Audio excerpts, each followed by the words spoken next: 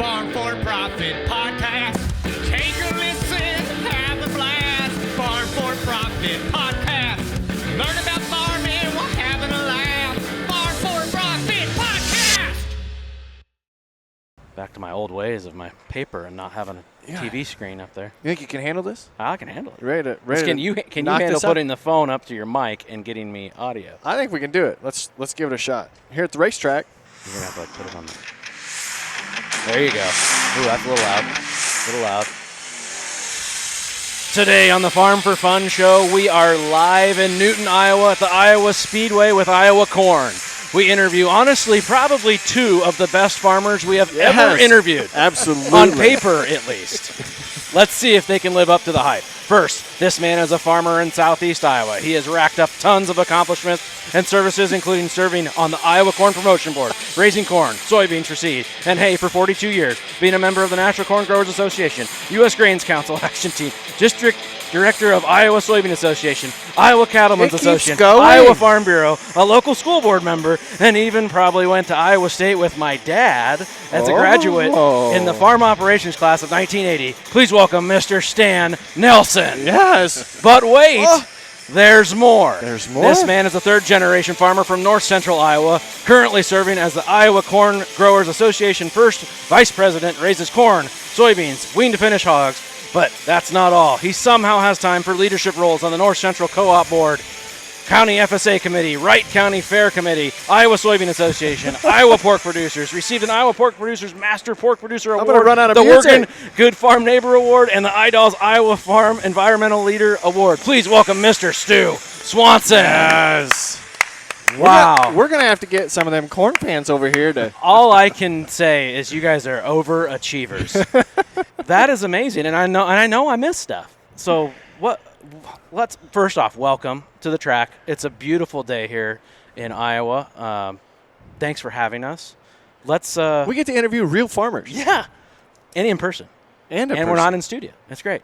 So let's start with Stu. Welcome, and give us a little background that I didn't cover. Who's Stu? Thanks for the invitation. Yeah. It's great to be with you this morning. I've got time to do a lot of things because my wife is great, and I married well, and I have 4 daughters that I am so proud to be the dad for. And you missed that in that. That's the important part of the operation. That is. I should do that. I focused on all the work accomplishments and didn't go to the family. But yes, usually just there's things a pretty to fill good time family. there. But yeah. I think I would have had to have another sheet. Okay. Yeah. Well, I would have had to have another song. Like I said, I've been farming in north central Iowa. This will be my 33rd crop that we just put in this year. Wow, congratulations. Well, 33rd and a half maybe because we had to replant some. Yeah, it depends on how many times you had to replant. Exactly, yeah. But third generation.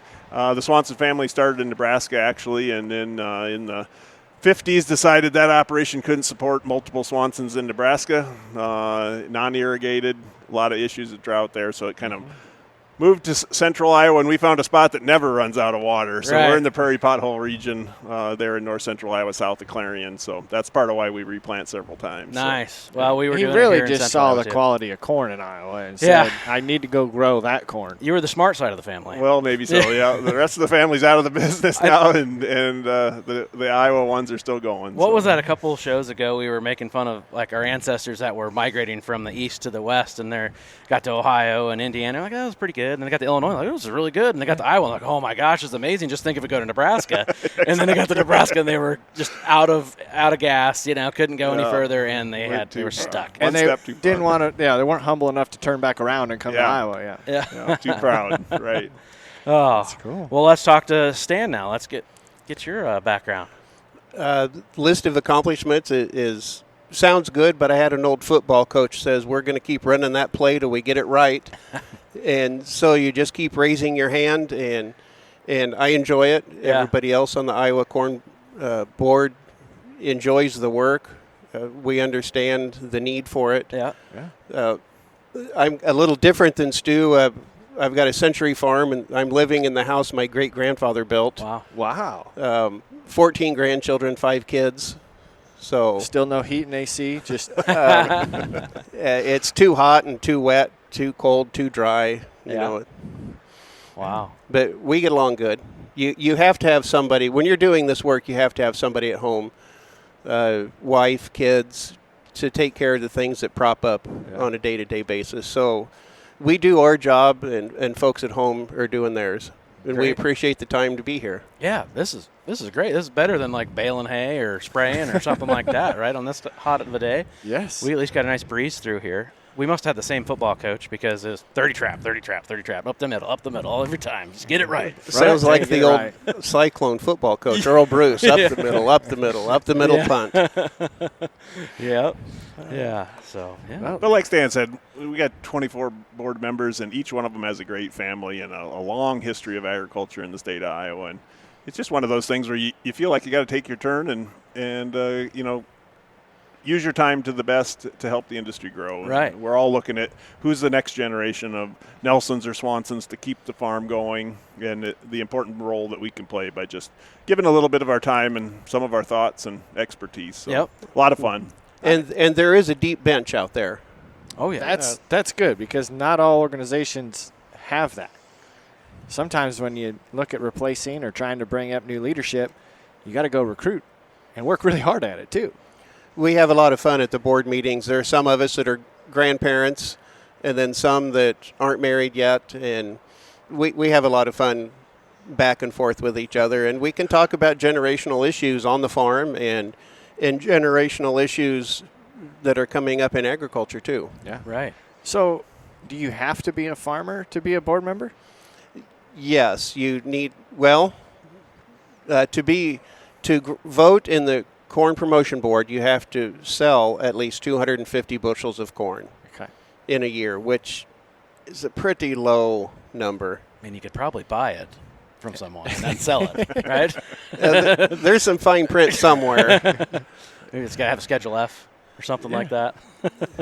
Yeah, the organization itself, we want farmer members to serve in the leadership part, to give the guidance of what direction the industry goes. But we have opportunities for first purchasers or allied industries to be members and engage in ways to get their concerns understood at the board level too. But the board positions themselves are farmer leaders. Good. So, I know when I was on my local farm bureau board for several years, we had a lot of industry people on the board, which was good. It was good to get their perspective, but it was a good mix of farmers and industry. One of the interesting things, Stan talked about some of the younger members that are on our board too. My generation, graduating from Iowa State in the 90s, when we came home to farm, a lot of us put up livestock buildings or whatever to engage and to get your foothold. And it was more of that blue-collar type of a way to get started in farming. My daughter's generation and some of our board members' generations, they've maybe been smarter about it than I was. I don't know, maybe they kind of went the white-collar way, where they have an off-farm job that allows them to get a foothold either in chemical sales or seed sales or insurance, and we have those people on our board. So we have chemical reps and insurance salesmen and different people. So we get a good mix of that allied industry, agribusiness type of thing that is integrated into the discussion of research on the farm or sustainability or those things. And it shows how it all has to tie together to be a good, solid, long-standing industry. That also gives us a good insight into the industries. That as a farmer just buying herbicides, the chemical folks on our board can give us some more insight than maybe I would have had on my own. All right. Yeah. To ask better questions. So you think that it has helped your farm being a board member on Iowa Corn? Maybe you get some extra info or insider, or not insider, but you're just always connected. I would struggle with that a little bit. I don't know that the issues that we're talking about now are higher level, years down the road issues, at least what I'm thinking of. Stuart's daughters are in the industry, so he may be getting inside information that I'm not. I wished I was, or at least insider pricing. Yeah, there you go. Yeah, where's the family and friends discount here? Yeah. Now, I guess I might go a little different direction than Stan on that one. I think my opportunity to be on the board has in conversations with other board members, they've challenged me to be a better farmer. Yeah. The time commitment certainly has challenged me to be a better farmer. I know I've got this window before I got to be to a board meeting next week for 2 days, and so that part of it. But looking at the way that different generations think, different experiences that they've had, or whether that be practice, conservation, equipment, or whatever, just that ability to have that conversation back and forth. Well, mine didn't really do that, or this year was different, and I'll remember your conversation for me for next year when I'm in that situation. Yep. Stu's bringing up some great points. We're not sitting here with a page full of talking points. We don't agree on everything. And if you could look behind the curtain at some of our boardroom discussions, or I don't want to say arguments, but if you're on the board of Iowa Corn, you are passionate about agriculture and passionate about corn, passionate about the industry, and so you have some deep feelings, deep thoughts, and we're trained to express those. So Stuart and I don't agree on everything, although he's right. Yeah. Thank you, Stan. I appreciate that. And we won't repeat that. Yeah, it's on recording, both video and audio. So he's going to ask me after this interview for just that part. That's right. That's his new Let's ringtone on do his that. phone. Yeah, bring it on, buddy. But those are fun boards to be a part of, because I've sat on some volunteer boards to where you don't get any fight. If the president says this is the task that we're going to do and we're going to do this event, and everybody shows up and signs up and there's no questioning, do you really get the best results out of a board like that? So it's neat to hear that there are discussions. And whether or not it gets, and brings extra value to the conversation, it still makes you think about it. So what are some of the hot topics in the corn industry right now that you guys are dealing with? Well, for my point, I serve, in addition to being on the board, I get an opportunity to sit on one of our standing committees, and the one that I'm engaged with is Animal, Ag, and Environment. So certainly carbon sequestration, sustainability, some of those conservation practices have been a huge part of our discussion during the time that I've been on the board. So it started out with some of those in-field type of practices that we were encouraging farmers to utilize, installing filter strips, grass waterways, no-till cover crops, and it's kind of evolved. And now we're looking at edge-of-field practices where we can have a bioreactor or a wetlands CRP or a CREP or something like that we're trying to engage in all of those things that we are managing the water that comes to the farm before it leaves the farm so we can clean it up on the way out. Then we've kind of evolved into this carbon sequestration thing, selling carbon credits, all of those things that make your head spin, and trying to understand how do I fit in here, what works on my farm. And it's different than what's on Stan's farm or someone else's, which makes it even more complex. Yeah. And then one of the exciting things that we are working towards is a relationship with NASA to try to have some in-field confirmation of what NASA is seeing with satellites and trying to help improve. So not corn on Mars. Not yet. We're working that way, and we'll probably have a director that will represent Mars someday on the board. But the exciting thing is that all of that thing is things that NASA does is public information that we could utilize, and we just need to have a relationship with them to maximize those opportunities for our members and our farmers. Yeah. And so far as the NASA, they are gathering that information now. They're doing it. And we need to be at the table to help them ground truth it. If they're going to do it, we need to be helping them do it. Mm-hmm. Yeah, for it to be valuable to us. Yes. Yeah. The structure is kind of a boring conversation when you talk about structure of organizations, but we need to talk about it. Iowa Corn really has two boards, the grower board, which takes care of more legislative issues, and then the promotion board. And the promotion board is broken down. We have three buckets that we put our money in: research and business development, market development and market protection, talking about markets, and producer and consumer education. We have national partners that work on all of those. Market development, we have U.S. Grains Council, United States Meat Export Federation, We support the poultry and eggs. On the grower side, there's the National Corn Growers Association. So we have national partners. And then producer and consumer education. Those are the 3 buckets that our checkoff money goes to. During our board conversations and agenda items, we all talk about them. Stuart's on the grower board, and there will be a legislative issue, and we'll all talk about that. But that's really on that side. If there are checkoff issues, the grower board has input there. So we work together, but they are separate boards. Nice. Yeah, going back to that NASA thing, I didn't realize how big of a deal they had until we went to Commodity Classic in Orlando a couple years ago. And I'm like, why is NASA here? And then it's like, oh, well, yeah, that's where do we get all of our imagery? And, and then they showed back up at Houston last year. Yeah. Well, they're at Houston. And really, Iowa Corn's relationship with NASA started out of the same way. We had a grower director that swung by the NASA booth, kind of had this conversation.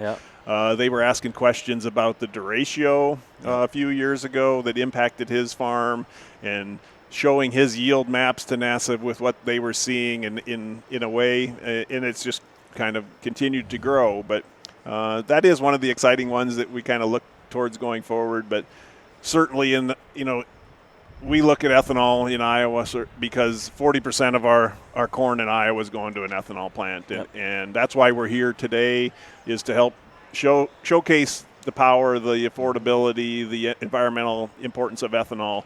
But we understand that we need exports. We need the feed in the livestock business too. And so those are the things that really encompass the day-to-day type of operations for Iowa Corn. But the exciting ones are these things, including the research for new uses and bio-based chemicals and things like that. It's what's the next exciting thing, like ethanol was a few years ago, and Stan's really been engaged in a lot of that over the years, in maybe his specialty during Iowa Corn, new uses and things like that. So I grew up in the research department. I like that part. We've grown a lot there, but this race is covering a lot of different issues. Or things that we want to promote. We're obviously wanting to promote ethanol. In all of our surveys that we take, producer member surveys and conversations, the promotion board should be promoting ethanol. We should be promoting the benefits of ethanol, just not for the corn grind. But if you remember back, ethanol really took off when they banned MTBE. Ethanol is an oxygenant. We're selling octane. And wow, that really does look good. We've got support from the American Lung Association for clean air. It burns better. We need to share those messages. And, a 15% blend is better again. It's more affordable, cheaper at the pump. Most of the time it's 10 cents. I've seen a lot of 15 cent less, and increased octane a little bit. My engines in my cars are running better on that. And we need to share that story. This NASCAR race gives us coast-to-coast exposure. Exposure. There you go. Over 4 million viewers.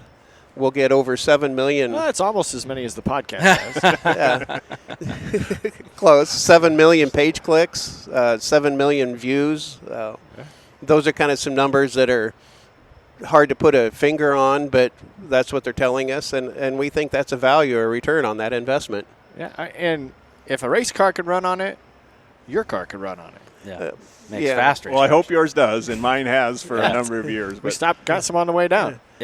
I know when we were in California at the World Ag Expo this spring, the gas prices are way high. I mean, with $5-6 a gallon, they had E85, and it was like $4. $2 less than and I was like, wow. That's kind of cool. I mean, that was fun to see. Here it's it's 30 cents or something like that. Depends on where you're at. But it's definitely we were cheaper. also out there talking to a dairy farmer, and he did a really great interview. Has a bunch of different businesses and continues to use his entrepreneurial spirit. But he said when he talked about sustainability is he wants to make sure that his farm is here for the next generation. If he can sustain his business, those are the things he wants to do to be sustainable. He's not mistreating the water. He's not abusing the soil. He's doing what he has to do to make sure that he can be there, both financially and physically, for the next generation to be put together. And then we went to Florida to the U.S. Sugar Tour, and they also care about the water quality. I mean, they even go as much as measuring nitrates before it gets irrigated onto the farm, and then they measure after it the runoff. They have to. They have to. Yeah. To prove that we're not leaching. We're not sending nutrients unnecessarily into the nature. Just fascinating to see how much effort farmers put into this. And as we were waiting to get the ethanol poured into the generator to get the power on, here, Stan and I had a conversation. And I want you to retell that story, and feel free to take as much time as you need on the new uses. Because you hit on that's part of the promotion is how does that work? But the one that you told me really stuck out. So share that with the listeners. Okay. Today, there is a plant being built in Eddyville beside the Cargill plant, and they are going to be taking the corn sugar or glucose from the Cargill plant, and the new plant is called Core, and they are going to be making butane diol. Butane diol goes into spandex for the Lycra company, and the Lycra company is going to sell that to Lululemon. None of us here should be wearing spandex. We'll get that here. But the fact that it's made anyway, supporting Lululemon in their quest for more sustainable material. They're looking for biosynthetic fibers to support their consumers and customers that want a more regenerative clothing. To support Lululemon, our director of industrial innovation, he's a PhD in organic chemistry, and I went to London to the textile exchange to present to them corn, all things corn. If they want to talk about farming and farming practices, they can talk to me. If some of them had questions on the chemistry, they can talk to Alex. These are business people with genuine concerns on environment, social, all the issues. And they're genuinely concerned. Talking facts and figures at supper one night with a group of folks, and I'm kind of making a point, but not really.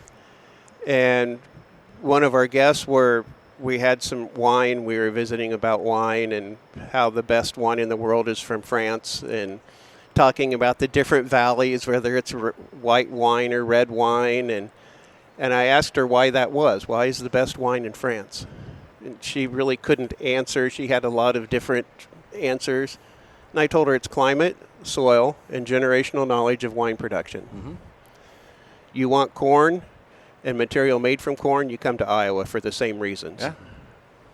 And that message, that producer-consumer education, sharing the information, that made an impact with her. This summer, early this spring, they came down and toured the Cargill plant, the Core plant. They stopped off at different farmers' fields. Funny. Saw lots of ponds. But they saw the process. Yeah. And my farm's as sustainable as I can make it. Stewart's is. And it's not just us. It's just not board members of Iowa Corn. It's the state. It's a lot of farmers that don't wave any flags. They're just doing what they need to do. Right. Well, I know Corey's excited about that because he's a huge spandex fan. I was just going to call it, chalk this up to partnerships you didn't think that would happen in 2025. Farm4Profit, Lululemon. They're going to be the official. We are clothing. You just put us on it there. We're going to wear corn. That's what we're going to do. We want bio, whatever he said, threads in our apparel. Yeah, biosynthetic. Synthetic. It's a funny now we're part. To piss the cotton guys off. Okay. Funny part of that is during one of the breaks, we were approached by all different companies, and two gals from Victoria's Secret came up and started asking questions, and I froze. But again, they're honest. They're people, business people with genuine concerns. Yeah. We just have to share our story and be ready to, and we have to go to them. Yep. So we went to London to do that. Right.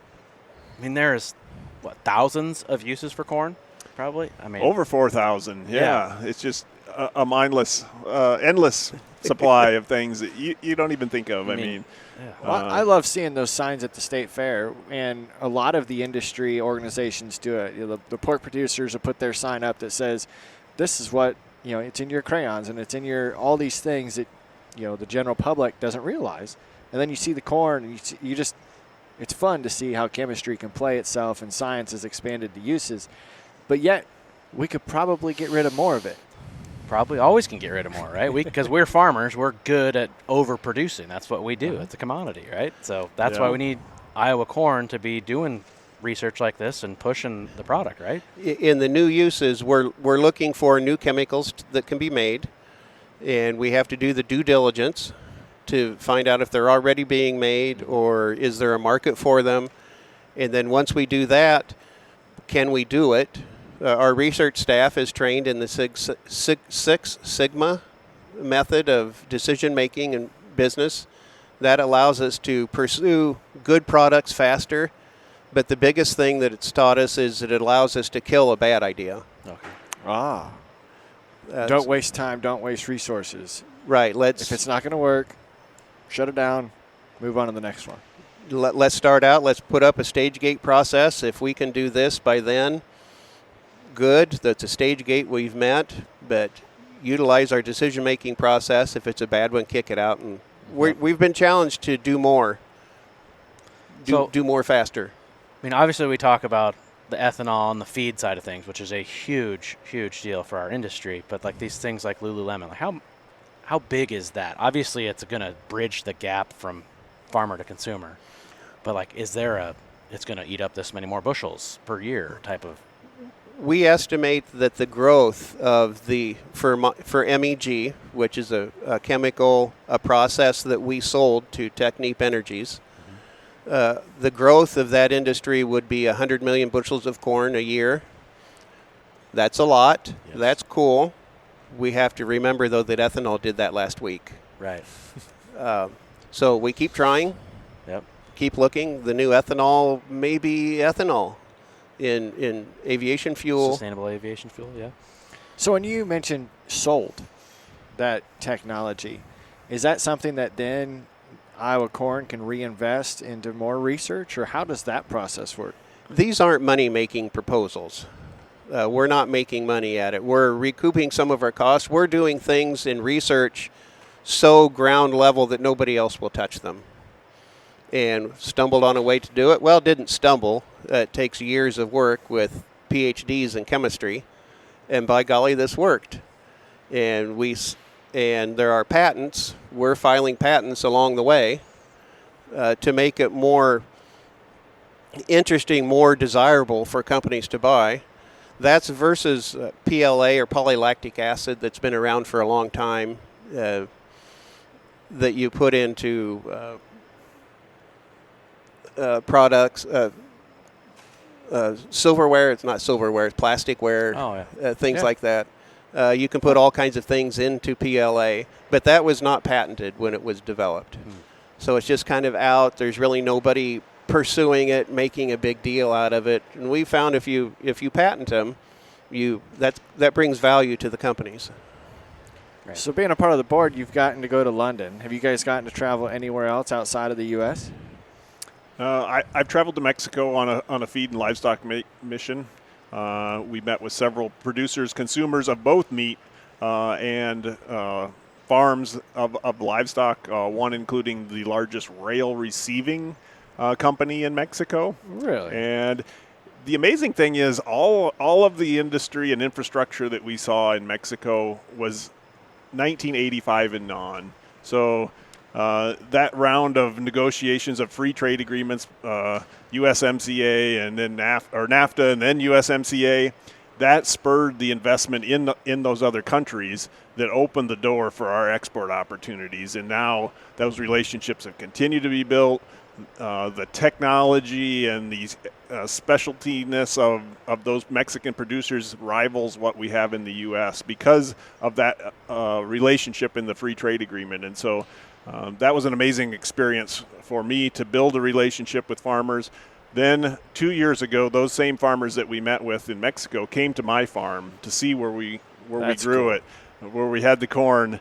One unfortunate thing was about 15 minutes before they arrived at my farm, the other farmer that I work with forgot to shut the trap on the semi, and I dumped the corn. So we had an on-ground corn storage pile for them to witness as well. But they were amazed by the color of our soil. They just couldn't believe that it was that black. And how do you get that? And well, that's what you're doing. You were showing the contrast between the yellow and the black. Yeah, they wouldn't have noticed it if you hadn't. Yeah, but it always seems that way. We've had other opportunities to host visitors from other countries on trade missions and things, and it always seems like that's the kiss of death. Something's going to go wrong either right before they come or right after they come, and it's like, I don't know if I want to keep signing up to host these because it's painful. I don't think he's wrong, because National Beef brought 2 vehicles of folks from Japan to come look at the feed yard.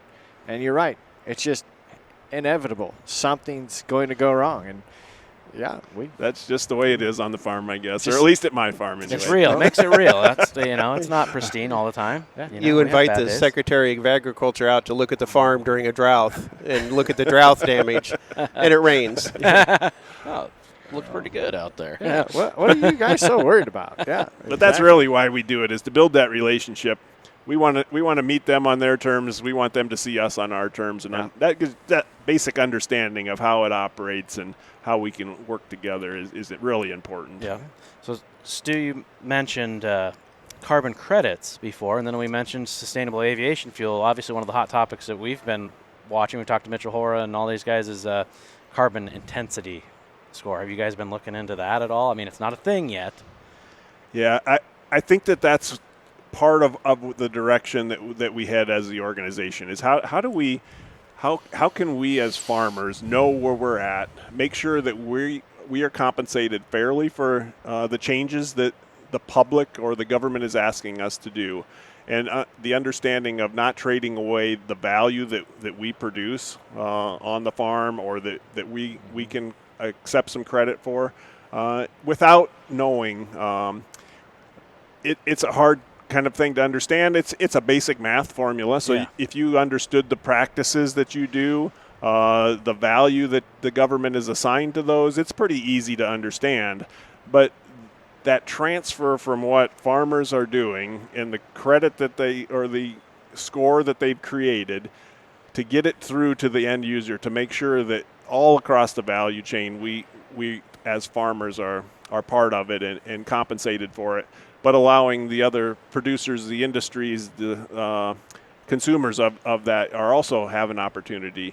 Mm-hmm. I think we're at a point now, maybe in history, we've never seen a level of investment for conservation practices and those kind of things that we've ever had in history through normal practices with USDA and NRCS and things, the Inflation Reduction Act and all of those extra incentives.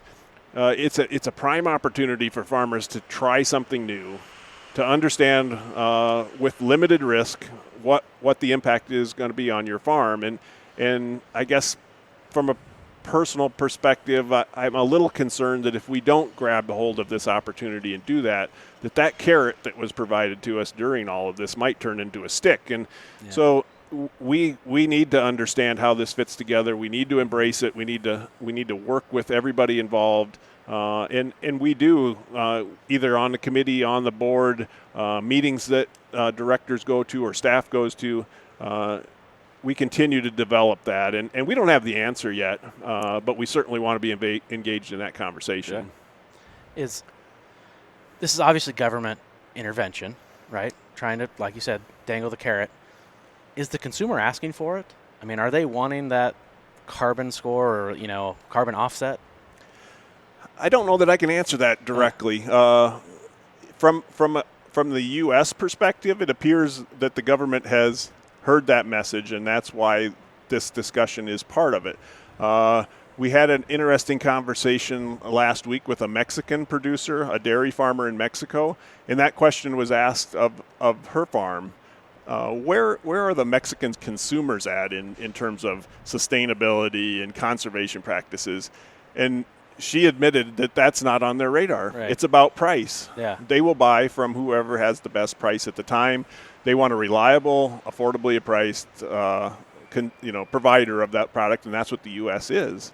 We're right across the border. We rail it in. Yep. She can get it, but it's not in the basic conversation of Mexican consumers, especially Mexican food consumers, let alone Mexican agriculture. So I think that may be yet to be determined too. But I imagine, though, as like we go to Lululemon, they might be a little bit more concerned about something like that, right? There is a segment that is of our consumers that are willing to pay for that. Our research into bio-based, plant-based plastics, the consumers really, they want the sustainability. They want to feel good about that, but really nobody's willing to pay for it. And that was a hurdle we had with MEG, that we had to come up with a process to make the plastic, or to make a component of that plastic as cheap or cheaper than using petroleum. And we did that, but that's a really tall hurdle. Right. I imagine you can make straws out of corn with the plastic. So can we get rid of the paper straws that we went to? We went down to Houston. We didn't have a paper straw in California while we were there. That was wild. And I we anticipated it. Have never get to been Houston, paper straw. And it's just soggy.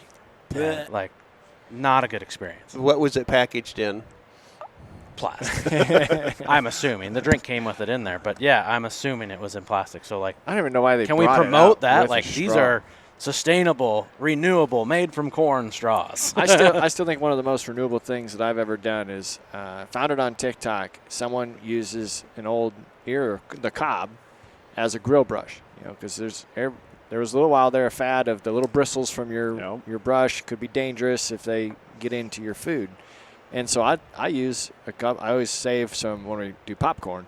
Save back some of those ears. They're a little smaller. The cobs are, and that's what I clean my grill with. Oh. So I think we need to start selling cobs out of the field. It was also why as organic grill brushes. Yeah, why I was never concerned during the COVID toilet paper scare, because I had endless supply of toilet paper out in the field. You still don't buy toilet paper. No. You're bringing up corncob usage on kind of two ends. That make sure that your supply is separate. Yes, keep separate. This field comes. Yeah. That's right. This is the bucket for the grill. This is the bucket And for you're Corey. fertilizing That's right. sustainably. Turn right. I wonder if that could be a characteristic of the corn genome that we just haven't went into yet. There you go. Could we do some market research on this? You guys work on that, will you? I'm not going to bring that up to the He's got board. his Six Sigma. It's already been squashed. Nope. We're not making Well, I just corn had to cob make toilet sure you paper. guys don't want me to come on Iowa Corn. He's got the bad ideas. Do not have Corey on the board. He's going to waste half of our meeting with ideas that will never work. Well, if you can't be a good example, you'll just be a horrible warning. There we go. That's There right. we go. Hey, that's the value you bring. Yeah. What do you think of this, Corey? Oh, that's great. Okay, next. Yeah. Warning label. Yep, absolutely. Well, our listeners like to get to know our guests that we have on. So I'm curious, what was the first tractor that you guys purchased for your farms? Because it sounds like they're both multi-generational to an extent. So what was the first tractor you purchased? First tractor I actually bought was a 4650 with mechanical front-wheel drive. Ooh. We had 4640s with hydraulic front wheels. Oh, yeah. I don't want to say they're worthless, but wow, I got pretty good at replacing and overhauling hydraulic pumps. Yeah. So they were kind of cool, but a 4650 or 4640 in there with mechanical front wheel drive. Oh my goodness, that was awesome. Did you buy that still? No, No. Do you still have it? no, wow. I'd like to. Yeah. That's probably one of those that would double in value from what you paid for it. We all have those, right? Uh-huh. My dad wishes he could have his 69 Chevelle back. Yeah. What about you, Stu? Yeah, first tractor I actually operated, we had a 620 and a 730, both hand clutch ones, and so thank God we advanced from that, because Yes. as a 10 or 12-year-old running a hand clutch was a little hard. But The first tractor I think I purchased was a 8100 John Deere. Nice. Another good So, one. you know, and then we've advanced, kept the 8000 series on several since then. But, Yep. you know. You know, the progress, you talk about our early tractors. My grandpa would talk about farming with his horses, Dick and Dan. And Not his friends, Dick and Dan. His horses, Dick and Dan. right, and probably had a closer relationship. Yeah. But anyway, my uncle, they call him a horsepower when the horses walked around that drove the elevator. Mm-hmm. And my uncle got his new coat caught in the shaft of that horsepower. And he screamed, and Grandpa turned around and whistled, and the horses stopped. Oh. And with our check wire planters back then, the rows were straight. He had auto steer. He had safety features. You know, so we're kind of coming a full circle. I forgot about check wire planters.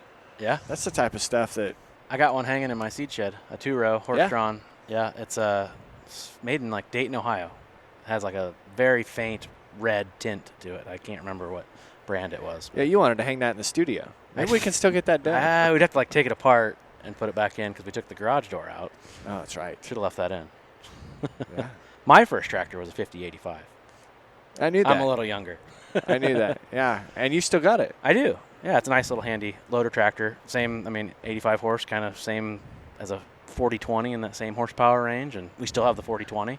But when it's really cold or really hot, it's nice to have that cab moving augers and things like that. So what did you, when you first bought the 4020, what did you do with it? So I didn't buy the 4020. The 4020 is my grandpa's. Okay.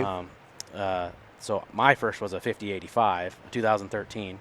Pre-def, had the DPF or whatever. So that's what I wanted. I didn't want that. And I bought it because at our hog farm, I went back to the hog farm in 2013, or we purchased a hog farm. That was my ticket back to the farm to get out of the industry. Like you said earlier, I was working for Corteva I lived in Webster City. And I wanted to get back to the farm desperately. Times weren't the best, so I had all these ideas. I started growing, obviously the hogs were the first one. That was my ticket. And then aronia berries. I tried that whole deal, and I needed a tractor to plant and spray and mow and all that, and yeah, got a good deal on it, I thought, and it's worth more than what I bought it for now. You know, so we'll see if that's the case after this downfall or the run. Right. Seems like equipment prices have gotten a little soft lately. Yeah, it's time for that. Yep. That's exactly where we're sitting. So as you are excited to be here this weekend, we kind of talked about how much of this event is being taken in. We've got corn grower members that will be here on Sunday for the race. And Saturday, right? Yeah, actually they'll be here all 3 days. Yeah. Farmers are coming. We're excited on Sunday because we're hosting an event for our farmer members, and we anticipate close to 1,800 farmer members and their families joining us here on Saturday for a whole day of fun, racing, just showcasing what we do as farmers, feeling proud about what we do, and telling the story about how we can continue to supply enough corn to power cars, to feed livestock, to feed consumers, and we continue to do more every year, and so we're working hard to make sure we're using that supply of corn. Yep. And this is the first time we've ever had the Cup Series. We've had Xfinity, we've had the trucks, we've had IndyCar. We have not had the actual Cup Series. I'm excited for it. We don't have a pro sports team really in Iowa. I think maybe we have a soccer team now that's pro. But they're still working on that because they don't have a stadium yet. Okay. Yeah. But this is our pro. I hope we can keep it. So what do we got to do with Iowa corn to keep this coming back every year? I think the racing, looking forward to it. Kyle Larson's going to win again here. Kyle. Make it 2 in a row. Yep. Maybe a Kyle Larson fan here. I like Kyle. But half of the racers, this is a new race for this track, but half of the drivers have already been here. Yeah. Through the Xfinity Series and trucks.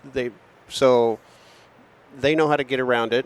Yep. Just a different car now. Well, just turn left. I mean, you don't get lost. Drive like hell and turn left. Yeah. I'm a big Kyle Larson fan myself because I grew up going down to Knoxville, to the sprint car, and that guy can drive a sprint car like no other. If it's got a gas pedal and 4 wheels. Yeah. It's true. We were talking to our buddy Ryan at Tractor Zoom last night, and he's like, that guy could win tractor pulling, like he probably could. So, Yeah. Well, we're just excited to be a part of it. We're excited to showcase that. We just want a lot of green flag racing, and we want to make sure it doesn't come down to fuel conservation. We're going to just keep burning it all the way to the checker flag.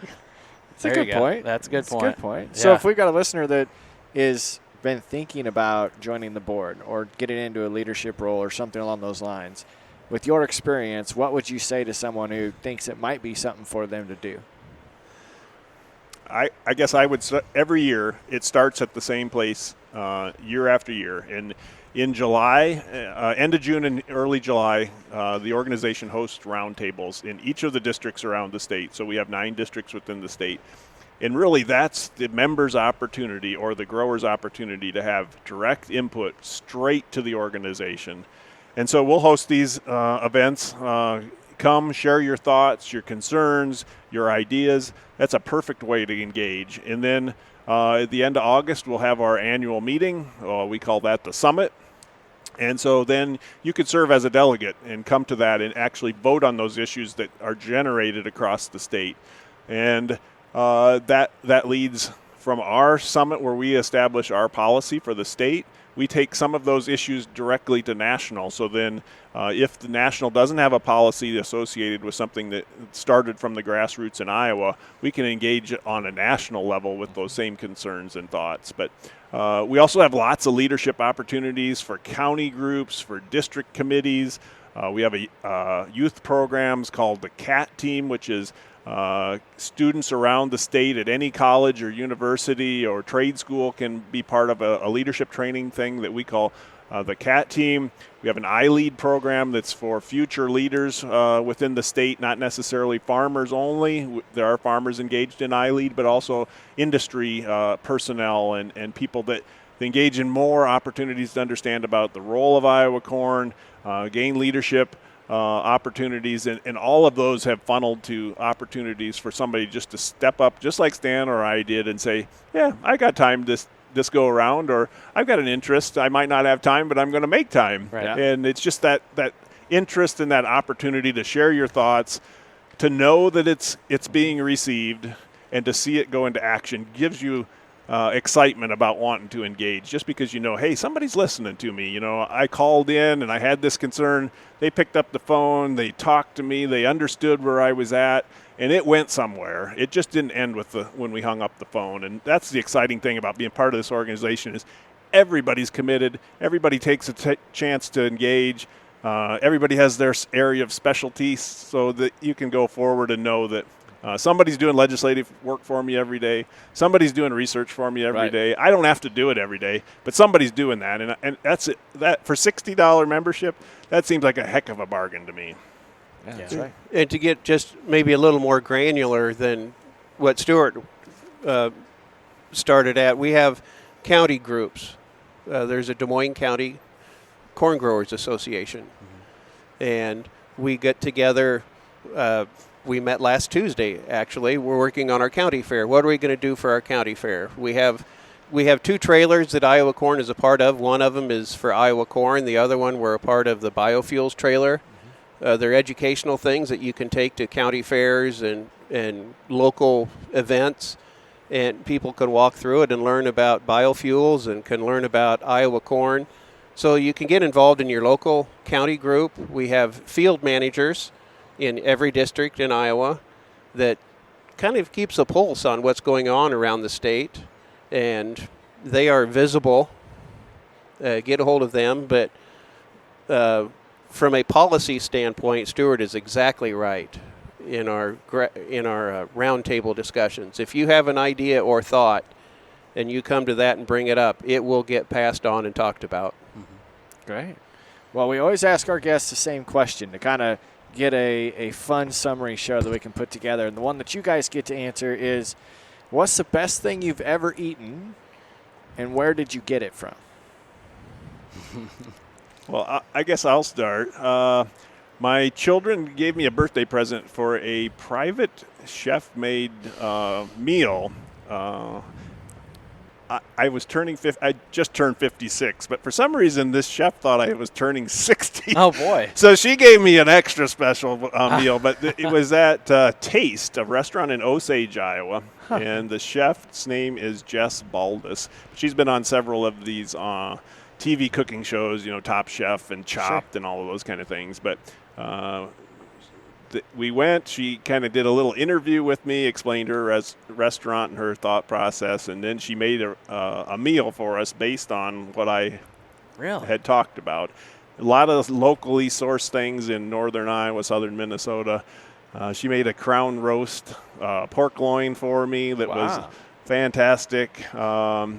Specialty salads with all the ingredients that we talked about, what I liked, what I didn't like. So a lot of things with mushrooms. I like mushrooms a lot. She had a grower in southern Minnesota that grows mushrooms. Happens to be a relative of a neighbor of ours that we didn't know, so it was kind of interesting. But she also saved me. A huge fan of cherry dilly bars at Dairy Queen. Oh, and unfortunately, they have stopped producing the cherry dip. So I'm kind of protesting right now, but she made me a cherry dilly bar after dinner drink that was one of the best things I've ever had in my life. So that whole evening was fantastic. Highly recommend Taste in Osage. Good job, girls. That sounds like that was a great present. Exactly. That does sound amazing. It sounds expensive, high achieving. Yeah. All right. What about you? Mine's a little more dangerous. Oh. You're wife. You're not a fire eater, are you? No, but my wife reads most of what's going on in my schedule of what I'm doing today, and they read the points of what we're going to talk about, and she asked me, Stan, what is the most favorite thing you've eaten? That's so officially I'm going to say my wife's green bean casserole. Oh. Let that be on record. It is. And then unofficially? But growing up, we fed cattle, and Dad would follow a steer from when it came into actually from when it hit the ground.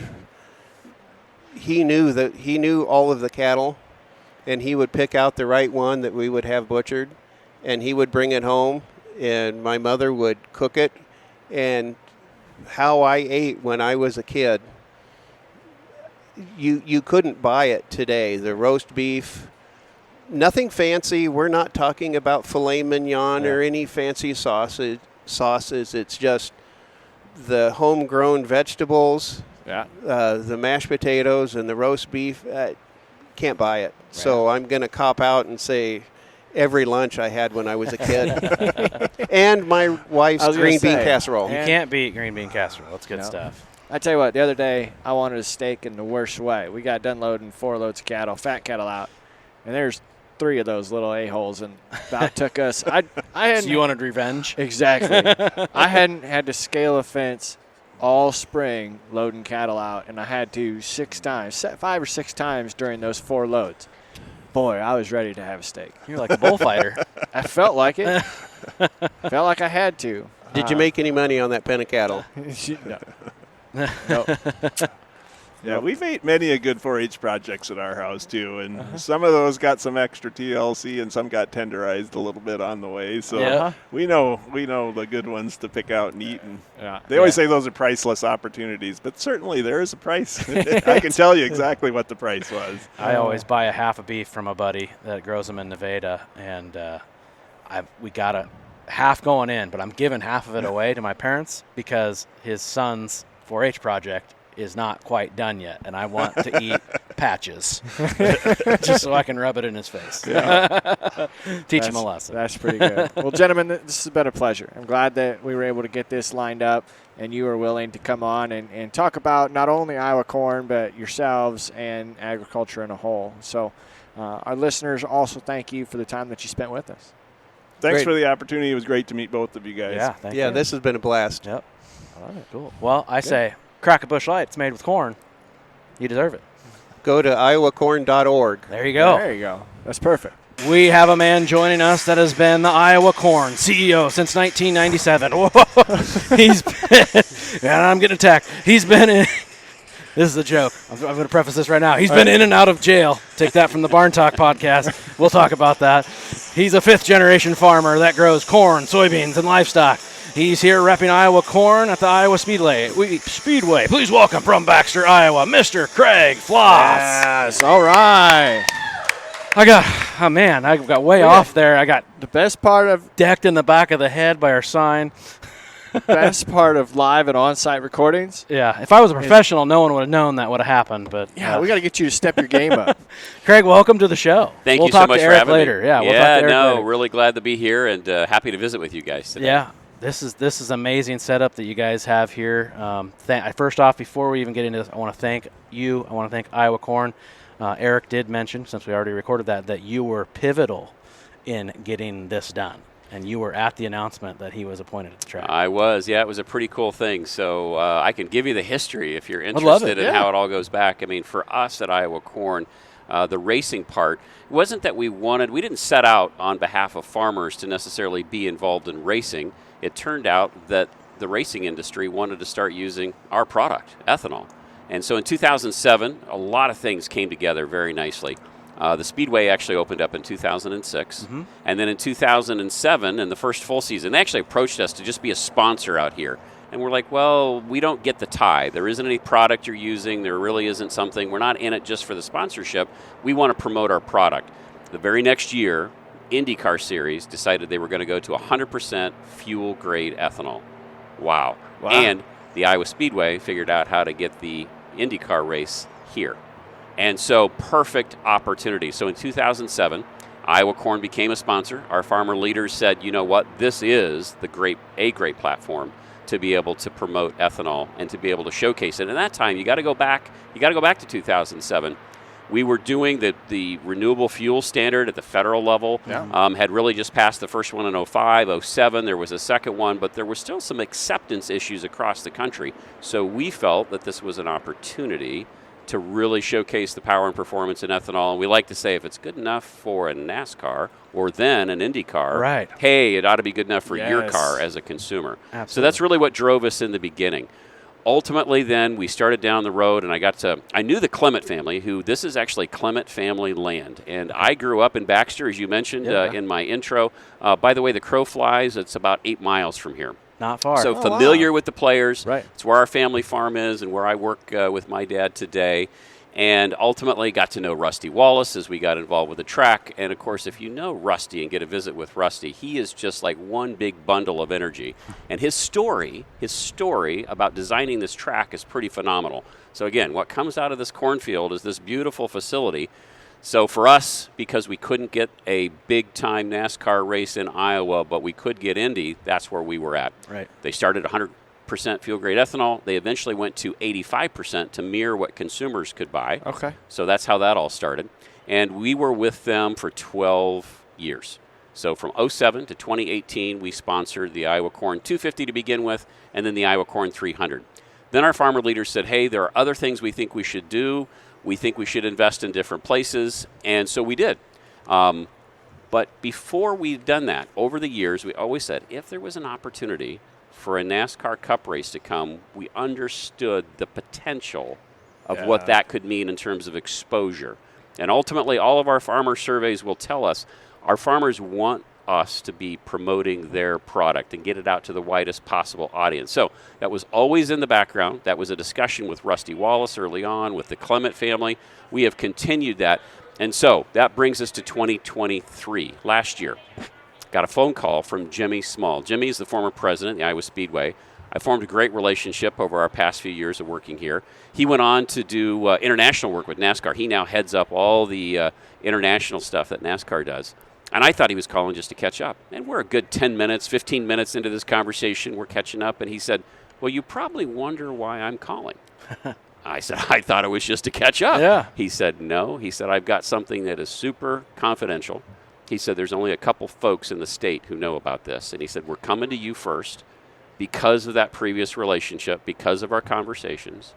And he said, Iowa Speedway is going to pull off getting a cup race. Wow. Would you guys be interested in sponsoring?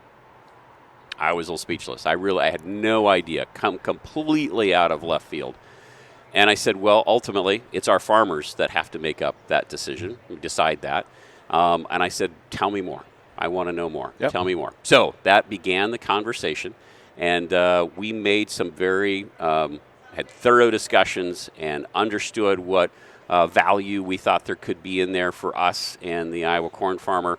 And here we are. We are now in June of 2024, and it is the Iowa Corn 350 powered by ethanol.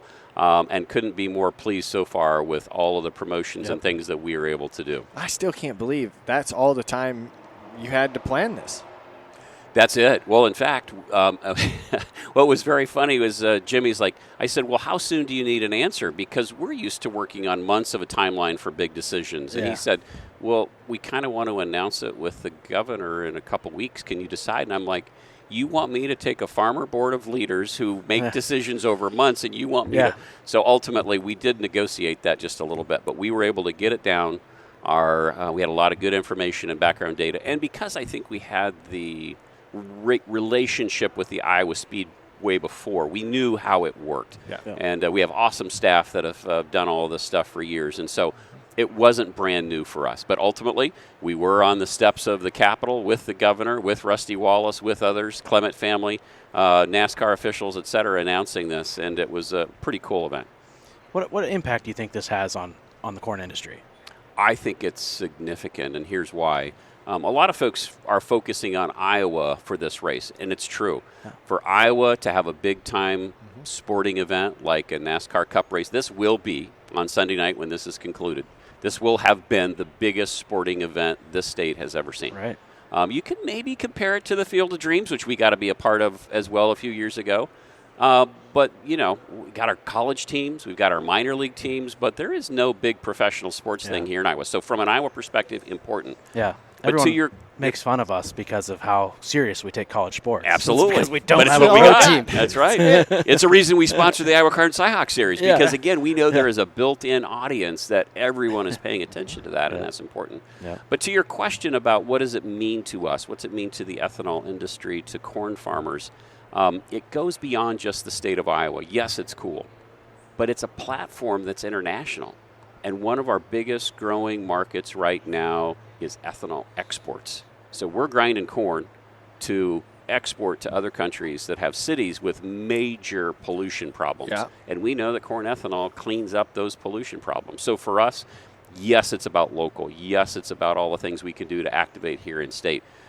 But generally it goes national and it goes international. And so what we're touching here today or over the weekend is not just here. It's a lot of places. Yeah, it's fun to think about who's going to be watching and where they're going to be watching and what they're going to learn from it, because you never know when they're going to pick something up. We got to talk to a couple of your board members, farmer board members, that were explaining the impact it's had on their lives and their farms just being a part of the association, just being a part of the board and working together. So we know it's going to go a long ways. It really does. And when you talk about, you know, bringing people together, I think one of the greatest things that I enjoy about working for Iowa Corn is watching the evolution of farmer leaders as they start on the board and they come together and they figure out the power of being a collective voice, right? None of us really are very effective alone, but you bring all these folks together and then you can really amplify. And ultimately, as agriculture and the folks involved in agriculture shrink, and we are shrinking, that's a reality, right?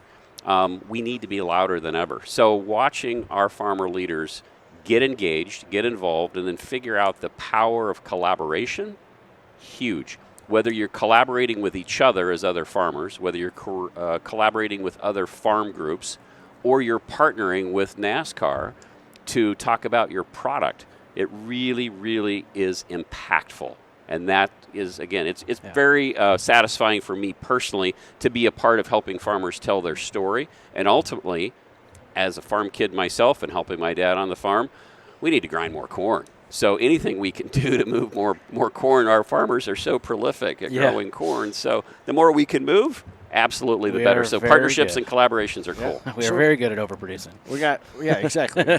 We can grow corn. Yeah, especially in Iowa.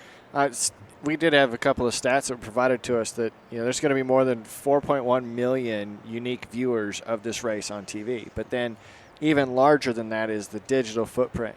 You add Farm for Profit's millions of listeners in on top of, there's going to be almost 8 million digital impressions. That is an awful lot of people that might not even know that this isn't sweet corn that we're burning. Yeah, that's exactly right. It's at the Field of Dreams, the players coming out trying to eat the field corn. Hit it at the right stage. It's not terrible, yeah. but it's not sweet corn. Yeah, correct. Right? No. Correct. But that in and of itself is also a really good opportunity for us to highlight the difference, because people assume we're using food for fuel. We all know that argument. Your listeners know that argument. But it's not a good argument because it's false. Only less than 1% of the corn grown is actually sweet corn that we consume directly, right? We all know that, but the average consumer doesn't. And so in order for us to share that story, we have to find platforms like this.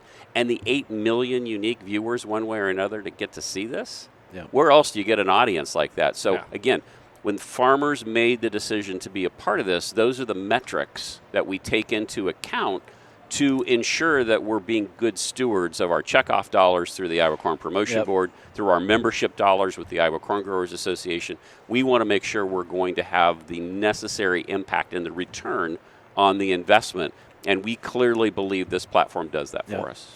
I think one of the coolest things that I've seen this week, obviously I've been getting a lot of stuff from Iowa Corn. I'm an Iowa Corn member. Thank you for your membership, I'm a grower. by the way. Thank you. Yeah, thank you for being there, doing this kind of stuff. But I also follow NASCAR. Not a mega fan, but I do watch a race when I can. And I am on Hendrick Motorsports email list. Nice. And I get an email the other day of all the paint schemes. They have specialty printed swag with corn, all this. Like, it's so cool to see these teams that, don't really care. I don't know that they don't really care about, but they're not involved in corn all the time, but they're on board with promoting this. That's cool. It's organic. It is organic, but I'll also say that there's a lot of work that went into that. So something you might not know, way back in 2011, as I mentioned, we got E15 introduced into NASCAR. That was a collaboration between National Corn Growers Association and several state affiliates, and Iowa Corn was a big part of that. I personally was a part of a group of 6 people who helped activate that. We work with National Corn, Growth Energy, and NASCAR, and it was part of their green initiative. And that was when we got the fuel port. If you see every NASCAR out there, it basically has ethanol ring around that fuel port.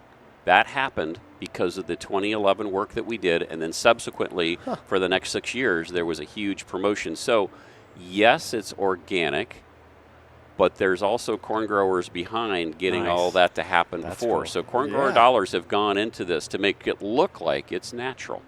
So it's kind of a cool story, That too. is cool because, like I said, it wasn't connected to me coming to the race with you guys or anything like that. I felt like I was like, that's really cool. Yep. Very good. That is neat. And when you think about how that promotion continues to grow, they also did a stat here, Corey, that this race is 350 laps on Sunday. Obviously, we're racing all weekend. But if you take the total bushels from Iowa's corn crop in 2023, every lap is equal to 7 million bushels. That was produced in Iowa. So 350 times 7 million was the total crop. I thought you were going to give me how many gallons of ethanol and convert that back to bushels. I think that'd be great. That was being used. I want to know how about we make this a 600-lap race? Let's burn some more ethanol. I want to know how many bushels of corn you could store if you just filled up the track. Oh. Just a ground pile. There's some co-ops that would probably compete, but I bet it would be, lots of millions. We can get a lot of corn out there. Yeah. We can get a lot of corn out there. So you mentioned that farmers were behind making this look like it was organic and making sure that the funding from Iowa Corn is being put to good use for promotion. Can you explain to our listener who might not understand how Iowa Corn gets funded? Sure. So we have something called the Iowa Corn Checkoff, which is actually, we're quasi-governmental in that it's set up under the Iowa Code, Chapter 185C. Today we collect 1 cent per bushel, and that comes in to us. It's overseen by the Iowa Department of Agriculture. We are audited by the state of Iowa, and we utilize those dollars then collectively to do all of our research, education, and promotion. Checkoff started way back in 1977 at 1/10 of a cent. 1985, through farmer referendum, the only way we can change the amount is we have a vote of the farmers. We went to a quarter cent in 1995, to a half cent in 2008, to 3/4. And then in 2012, that was our last referendum that we had, and it went to a full penny. And we've been at a full penny ever since. So even though inflation's gone crazy, We have to be better stewards, or we have to go back and ask for more. Well, we're kind of inflating ourselves because we just keep growing more, right? So that's a great point, and that is actually very helpful. But when you think about it, so the trend line yield is about 1.9 or 2 bushels per acre per year, Yep. but that is less than the pace of inflation. Right. Yep. So eventually that is something that might have to happen if farmers want us to continue to do more. So that's something that we're always monitoring and keeping track of, looking for different ways to help them. And so we got major research projects, promotion projects, education projects, things that we think will matter, but ultimately it is the farmer that has to say, yeah, we think what you're doing matters. and it's technically a voluntary fee. It is a refundable checkoff, yes. So what that means is that when you sell your corn through a first purchaser, a elevator, co-op, feed mill, ethanol plant, the 1 penny is taken. But if farmers aren't happy with what we're doing, they can ask for the money back, yes. So what's that list look like, the people that ask for their money They don't back? even get invited to this race. Well, I like to say that we're getting an A because we get to continue to use 90% plus of the money that That's comes great. in, which is great. And again, I challenge even those who say, you know what, I don't like it, I want my money back. Tell me who else is doing what we're doing for them on their behalf. I mean, there isn't any, if you think any of your other ag suppliers are trying to promote corn for you, they're not. I mean, even at the end of the day, you can say, well, you know, the big grain handlers, they're moving grain. Yeah, but they're not in it for you, the farmer. They're in it because of throughput. Yeah. So there is no one but what Iowa corn does, and that's the same for every commodity. It's not just corn, Yeah. right? Whether it's soybeans or your pork or your beef industry, our commodity groups really do a phenomenal job helping farmers move more of whatever it is they're growing. Right. And how big of a staff does Iowa Corn have? So we have about 30 people. We have it? field staff. That's it. We pull Wow. off some really, really big Wow. things with a very small staff. So we should try to take stay more very than lean 30 and mean. people to do this weekend. Well, it doesn't, Sometimes actually. it takes 30 to do the podcast. You know, interestingly, though, here's what's really cool. Our farmer leaders also step up, those who are on the board and those who serve on our in-state committees. We get a lot of volunteer leadership that help us. And so again, it's back to what I was saying earlier relative to collaboration. It takes a lot of people to pull things off, but our paid staff is minimal. And we just try to do everything we can to be good stewards and be as lean and mean as possible. So that's sustainable. It is sustainable. Yep. I want to know from the CEO, you know, we get a lot of headwinds from outside agriculture. That's a lot of stuff we get on social media is like, oh, monocrops and blah, blah, blah. Like, what's some of the biggest headwinds we have and what's a way to combat them? Just for like the simple farmer that's out there, you know, isn't on social media, what can you tell them? So I think some of the biggest things that we face and that we are successful at, a lot of times no one even sees. And what do I mean by that? There's a lot of legislation, there's a lot of regulation that wants to either be introduced or is proposed that we're able to provide comments. We're at tables in D.C., in Des Moines, making sure we show the farmer perspective. And some of the best work we do no one ever knows about because we prevent a bad thing from happening to farmers. Right. And so I would say, you know, there's a lot of expectation by the public for what we as farmers should or shouldn't do. And yet the public is not always very informed or educated about the modern farming practices that we have. I went to Iowa State University of Science and Technology. That's the name. We're not just willy-nilly deciding how we raise pigs or how we grow corn. Yeah. We're taught through science how to do this, to treat animals well, to treat the environment well, and I'm really proud of what our corn farmers do. So standing up to the forces that want to change you because they don't understand you, I would say is some of the biggest headwinds that we face. And it's important that, again, we could say, well, we're just not going to interact with them. But ultimately, if you're not at the table, you know what they say, if you're not at the table, you'll be on the table and you'll be eaten. Right. Yeah. Right? And so it's very important that we show up, and our farmers do that. We We have our farmer leaders and our staff, and we work with our other fellow corn grower associations across the country, plus National Corn. We're at tables. Yep. We're both domestic and internationally. You had a great interview with our friends over at Barn Talk and kind of went through the history of how Iowa, how National Corn started. Yes, and right here in started Iowa. in Iowa. And we're not going to reiterate that. We would encourage our listeners to go catch that interview. But I want to know what it's like because you get to represent the state at the national level. Is that correct? Yes, absolutely. And then there's also state board members that represent at the national level. Mm-hmm. So when you go and sit in those conversations, is like Nebraska in the corner of the room? or in the hallway? So here's the interesting thing. Iowa is the largest, obviously. We have the biggest production, and we have the most members, and we do have the largest checkoff. But with all of that size comes a lot of responsibility. And ultimately, even with all of that seeming power, we're a very small state as a population, right? We're 3 million, slightly more than 3 million people. We've only got the same 2 senators every other state has, but we've only got 4 members of Congress in the House of Representatives. There are other states, next door, Illinois, Minnesota, they have bigger delegations. It is super important that we are interacting with them, and when we get together with our fellow corn states, it's not a competition that you might, it's a friendly competition, okay? It's fun competition, but it's not a competition when it comes to what is it that we want to achieve. Because a bushel moved in Illinois or go clear to the East Coast in Maryland or Virginia, and those are 2 states that are very active in the National Corn Growers Association, bushels moved there through livestock, through export, whatever it might be, helps us in Iowa.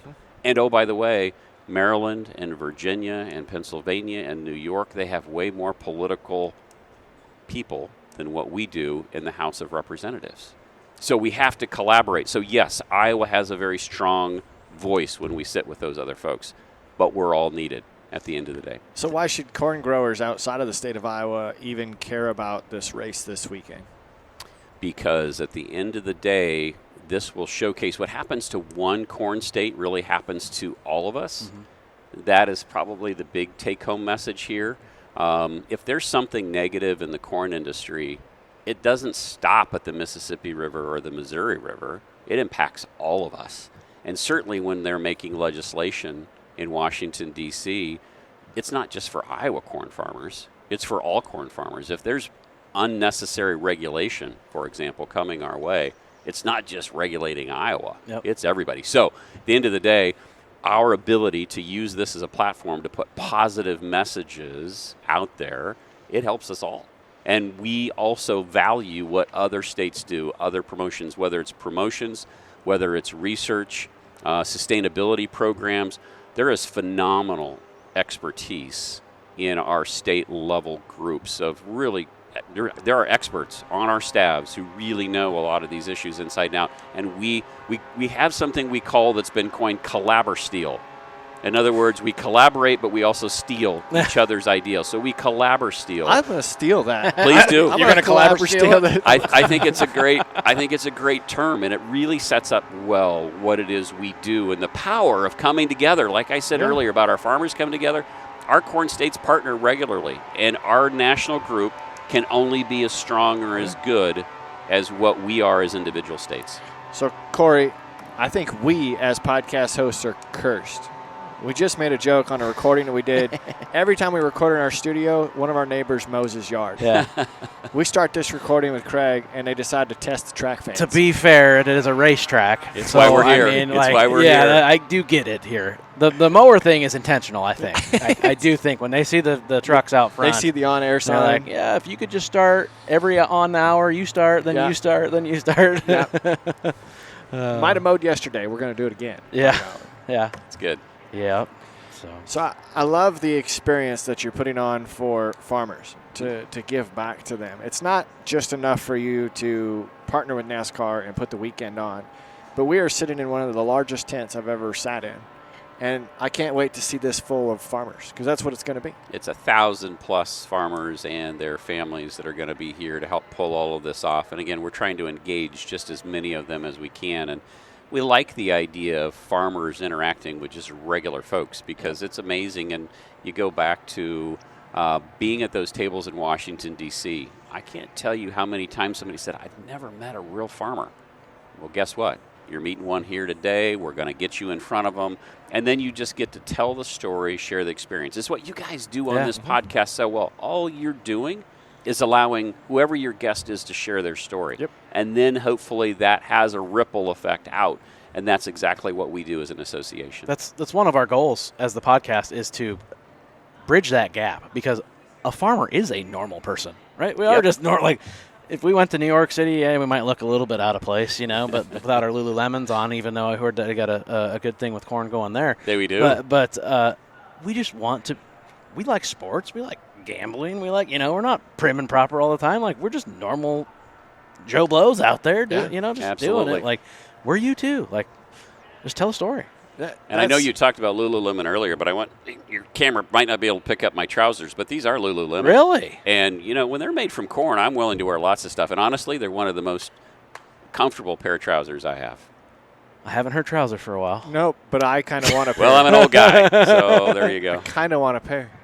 I do. Well, you should get a pair. We announced earlier, I don't know if the show will come out before or after, but Lululemon 2025 partnership with Farm4Profit. If you guys are going to use corn, you're going to partner with us. We're just telling you right now. That's It'll be the official. That's awesome. Well, let me tell you, it turns heads. It turns consumers' heads. It turns farmers' heads. But when you get to talk about Lululemon and Victoria's Secret, you're like going, huh?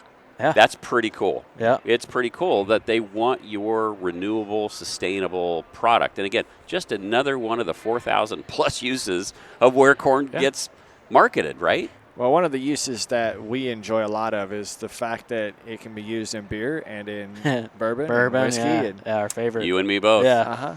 Tell us a little bit about what Iowa Corn's done to connect those products and reach the consumers that way. Yeah, several years ago, I think we're maybe in year 5 or 6 now, we started something called the Heartland Whiskey Contest. And it was set up and designed to compete with anything coming out of Kentucky. And so we invite all states to submit entries. And then those are, and it is official whiskey, bourbon tasters. I mean, it's all. Do you need additional tasters? Sanctioned. yeah. A lot of people ask. But here's what it does. It introduces the use for corn to an audience who maybe hadn't thought a lot about corn being a part of it. Of course, we all know bourbon has to be 51% corn, so it's a great place there. We've done a number of beers collaborations. It's been pretty fun. The first big one really started after the debacle with that brewery down in St. Louis that decided they were going to bash corn farmers, and they've made up for it. They've been working really hard with a lot of their products. But what was interesting about that is Peachtree, right here, a local craft brewery in Knoxville and Des Moines, reached out and said, hey, we want to celebrate you guys. We don't think you should get beaten up over this. And so we did a very cool farmhouse lager with them, and we used a local farmer's corn from the Knoxville area. We brought it in by the bushel baskets, and we dumped it into the big old tank, and we literally were down there making beer. And that was, again, just another way to help farmers do what they do or showcase what it is they produce. So the beer things have been great because it connects with consumers, and the same with all the bourbons. And hey, who doesn't like to use their own product? I'm a big fan of that. Some of the coolest things I've seen in the last 5 years in uses of corn and gifts is you can literally send, I don't know, a 50-gallon drum or a pro box of your own corn from your harvest, from this particular hybrid, whatever, to several different distilleries and get, 1 to 30 to 50 to a barrel back. What a great gift. I mean, a keepsake, landlords, family. You get to design your own logo with your farm on it. I just think it's an awesome way to showcase corn. It's amazing. Yeah, very cool. It is. Well, is there anything positive that you are looking forward to that maybe people don't know coming down the line that you guys are working on for promotion of corn? We have some really interesting projects that are research stage, and some that we've talked about monoethylene glycol. It is a plastic that's derived from corn. It has huge potential. We've actually sold off that technology, and we hope that it's going to consume a lot of corn. And we have others in the pipeline that I can't talk about because initially, but they're there, and it's very impressive. And we have a group of retired. This is the way we get them cheap. We have retired research folks. Right. They We're can't able make to- that much. Well, they're paid, but it's not anything like they might have been making when they were in industry. But Yeah. this is their retirement gig, and they've got so much knowledge, and they're so excited to be engaged in things, and they're helping us unlock the potential of different chemical streams in corn that we hope and believe will grind a lot of corn. The MEG has the potential, as an example, to grind a lot of corn. So we've got to continually be on that lookout because, again, back to what we talked earlier, two bushels a year per acre, that's the trend line yield. So every year we've got more to get rid of. Well, we gave Stu an idea earlier in an interview because when we went down to the Commodity Classic, we've been everywhere this year. Been to California, and then went to for the World Ag Expo. When we came back, went to the Commodity Classic. Did not have a plastic straw in California. Nope. I was very surprised. Houston, first meal, Paper. Sorry, we did not have a paper straw in California. In Houston, first one, paper straw. Why do we not promote this straw? Is probably made with corn plastic, whatever. It is. That would be awesome.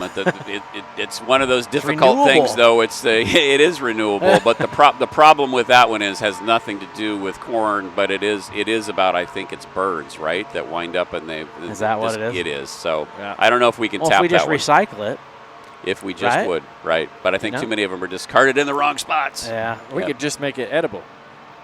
When you're done Birds drinking are ending up with. I guess I'd never heard that. I get the whole the 6-pack and with the the turtles turtles and and stuff, fish. the fish. The I get ocean, that. birds. Yeah. It's kind of all species that wind up we with just that. got to come up with a unfortunately. straw that you can eat. So when you finish your You can drink, eat. you eat the straw. a They good have idea. those. It's those little sugary things. What are those called? I can't remember. My daughters love them. That's good. funny. It probably has some sort of corn in it too. I would imagine. So.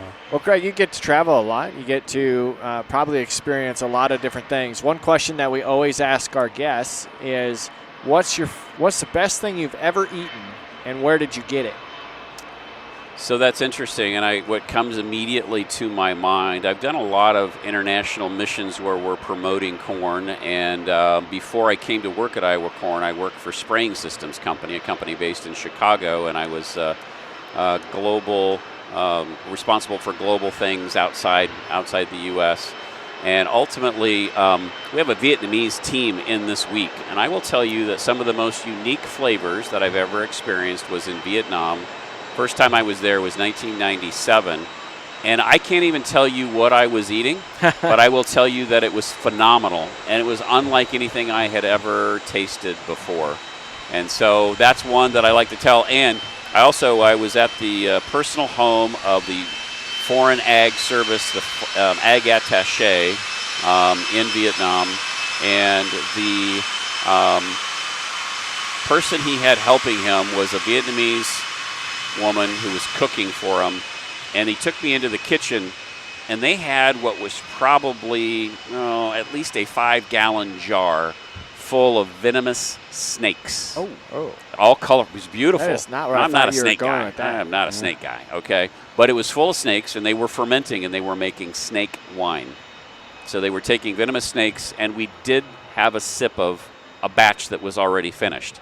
It wasn't terrible, but it was hard to get over the fact that I was, you know where I'm going with I this. didn't Just, know that you So could- that was the most interesting, and in terms of flavor. So the Vietnamese kitchen is wonderful in terms of flavors. When my wife got her master's, I got to go with her and her class to Morocco. Oh, cool. And Yep. again, just some of the best flavors that I never knew you could combine. And I had to get over the fact that they had all their spices in cardboard boxes with plastic bag in them, just open. And they just dab, dab, dab, dab, dab, and put it in there, and then you ate with your hands. It's just culturally different. And maybe it's because of the environment, but it was some of the best food I've ever tasted. Yeah, that's cool. Those experiences are really awesome when you get that opportunity. Yeah, I got that in Panama when we went on study abroad trip down there. One meal though, and it wasn't bad, but you're kind of just sitting there, you can't speak the language, whatever, and you're just like, point, I'll have that. Looks like some meat, and it was a pig hoof. I found some toes in there, and you're kind of just like sorting those out. Like, it wasn't bad though. They use every part of the pig, I'll tell you that. Well, one of the most fun things that I got to do, I was traveling with a farmer from Nebraska. And I'm sorry. Yeah, no, it was actually really good. And he wasn't very adventuresome. when it came to trying food, and we were in. It's like Dave, Yeah. our co-host. Yeah. the third one. We were in China, and there were deep fat fried scorpions on, and I had them before, and I said, all you have to do is you just eat them, pop them in, and then you follow with a little beer, and they go right down.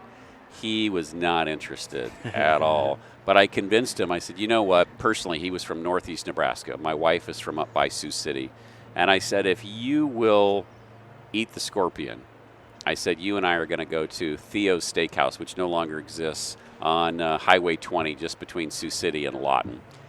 And that convinced him because he loved Theo's so much. Oh, wow. For a beefsteak, he was willing to take one for the team to eat that scorpion. And honestly, you know, their deep fried is just crunchy. There's really not much taste, but it's a fun story. Right. It's a really fun story. Yep. Well, I've got two things. Yeah, I want to let you. I we should threw you probably under the bus and said clear you've been up. in and out of jail. and if they don't go listen to the Barn Talk podcast, at least tell your story there of why you said that on there. So, I hadn't even talked about that story ever, and I've gotten so many comments since that podcast. You don't hear somebody say they've been in and out of prison. Yeah, well, and it's a great conversation starter. Back in '89, I was in and out of prison. So, in 1989, I graduated from Iowa State. My wife is just a year older than I am. She'd finished her master's out east, and she was in Duluth, Minnesota. And we got married a week after I graduated, and I moved to Duluth. I didn't have a job. Still can't believe her parents let me marry her. Looking for a job in agriculture. And in my very naive mind, I know they bring in boats in Lake Superior. There's going to be a job in ag. I scoured looking, and there was nothing. But I did have an ag education degree. My secondary major is international ag. And ultimately, I was able to get a position for the Duluth Technical Institute, basically a community college, and they were ready to start an experimental 4-credit class at the federal prison in Duluth. And so I'm like, okay, this is interesting. Let's go for this. It was income, right? And it was ag related. So I started a horticulture and landscape design program. My students were inmates at the federal prison. It was mostly white-collar crime, but the former governor of Illinois had just left that prison. As you know, there's so many of them in Illinois that wind up in places, right? Yeah. But he had just left, Governor Walker, and there were I had a federal judge in my class, and they were really hungry for knowledge. You know, they messed up. They're in prison. They're paying their penalty, and they're taking, you know, here's a federal judge taking a college credit from a community college for horticulture and landscape design. He's an awesome student. So that's the story. It didn't last long before my wife and I then moved on to Chicago, where we both became gainfully employed in businesses and things that we wanted to be a part of. But it is a great story, and as I like to joke with my board, it was great training ground because I had to report to multiple bosses, a couple folks at the community college, several folks at the prison, because this had to go right. And so I had multiple bosses. And when you work for a couple boards of directors, and you know there's 25 or 30 people that are all your bosses, you do have to learn how you balance all of that. So it's good training. It was good training. So that's the story, and I'm sticking to it. Try to keep their kids out of jail. Want to keep their students out of jail. He was trying to help get his students out of jail. Yeah, that's right. That's funny. That's right. And so it was a successful program. That was the main thing. Good. My last thing is, going back to the judging, I am actually qualified. Our small town, in our farmers market, one time a year they have a corn featured week, and they sponsor any corn dish, so dips and nice. casseroles and all that. Nice. I was actually a judge for that last year, so He's I got am the qualified. resume. I am Yeah. qualified, and I told them beforehand. I said, someone should bring the prepackaged little blue smoothie that has corn in it. I would judge that. Absolutely. You know, like or you can judge any beer that uses corn sugar Exactly. to provide carbonation and all this. I'm a 100%. home brewer. I always use corn in every one of my batches. Yeah. So it always has corn. That's I did fantastic. that. I've done that before. I haven't done it for about 10 years because I drank too much of my product. So I find if I have to buy it, I kind of regulate myself. That's good. That's good. Well, Craig, thank you so much, one, for inviting us to come be a part of your weekend. Yes. For your team, they've been extremely friendly. They've been very helpful, great resources and collaboration. Thank you. Got some cool interviews lined up. This was a fun one for us, too. But if our listeners want to follow along with what Iowa Corn is doing, how do they look you guys up? Well, we got a website. I don't know if you've heard of those Wow. things, but yeah, iowacorn.org, and there's all sorts of things there. We've got our own YouTube channel. We're on all the social media platforms. Lots of ways to follow us and, get in contact with us. We love to talk with folks. If they're not a member and they're interested in membership, give our office a call. We'll get folks to the right thing. Out of those 30 people, 9 of them are in the field. Those 30 staffers that we have, they are out in our crop reporting districts around the state. And so, if you got a question, they are a great resource. They're all here today helping with all the stuff that we're setting up and helping with the members that are coming in. So we are very service-oriented. We are geared to help farmers be successful. That is our job. And so let us know how we can be helpful. Well, thank you for doing that. And thank you. That's going to help Farm for Profit exist for longer periods of time as well, because if you can help our farmers be profitable, we can help our farmers be profitable. Yep. Everybody wins. This is our first time working with Iowa Corn. In the 5 years that the podcast has been together, 10 years of you've been Farm for Profit in the conference side of things. So thank you for what you guys do, because, again, you're amplifying all of our voices and helping Ag tell their story, and that's invaluable at the end of the day. Yep. So we really appreciate it. You guys do an awesome job, so thanks for the partnership. I can't wait to soak in the rest of the weekend. It's going to be good. Yeah, it's going to be good. Fun. In fact, it's going to be great. It is going to be great. I'm looking forward to it, Corey, but what do you tell the listeners? Say, crack a bush light, you deserve it.